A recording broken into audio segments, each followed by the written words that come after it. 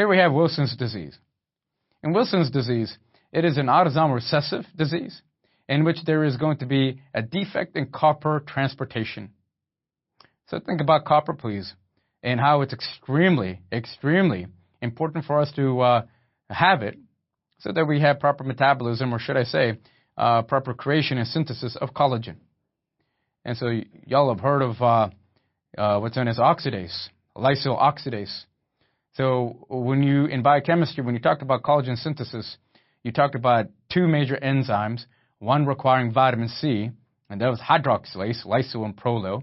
The other major enzyme that was responsible for some of the triple helix movement, or should I say stabilization of the collagen, was because of the copper. Results in excessive serum copper. What do you mean by excessive serum copper? What's the fact that you might have excess free copper that's floating around? Well, how can you call this a copper disease and yet you have excess free copper? Because I said specifically it's a copper transportation disease.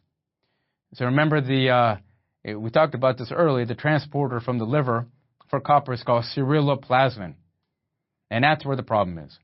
If you have a deficiency of ceruloplasmin, then you decrease the bound, but the free is allowed to run free. And where all does the free copper then accumulate? It can accumulate in the basal ganglia, and when it does, it may result in, well, Parkinson-like type movement disorder. The free copper could accumulate in the iris. We then call this Kaiser-Fleischer. And the free copper, of course, could accumulate in the heart and in the liver, causing respective diseases. The copper deposition into liver, kidney, cornea, in CNS, and particularly in the basal ganglia, our topic here, ladies and gentlemen, being what? Movement disorder. So with Wilson, what are the clinical features? Well, if you're affecting the basal ganglia, obviously you're going to expect Parkinson type of movement disorder. Tremors, hyperkinetic movement, Parkinsonism, dysarthria, cognitive personality, mood disturbance, because this free copper, man, it is damaging the brain anywhere and everywhere. If you take a look at the iris in this individual with Wilson's disease, you'll notice the areas in the iris in which they then appear as being destroyed or lesioned. This is then referring to as what's known as Kaiser-Fleischer ring, a golden brown or greenish discoloration of the limbus of the cornea, and due to copper deposition, obviously free copper. If you were to then check for serum or labs, you would expect there to be increased elevated free serum copper. And what did I say? Where did you want to begin with this disease? It's the fact that it's a transportation disease, thus decreased ceruloplasmin. Elevated 24-hour urine copper, as you can imagine, and that being the most important test for screening.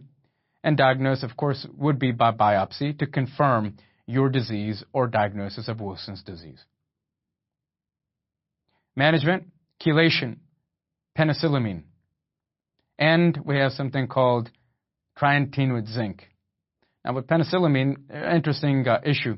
With penicillamine, it may then actually cause damage to the kidney. There's every possibility that over a long period of time with penicillamine, that may result in something called your membranous glomerulonephropathy. We talked about that earlier.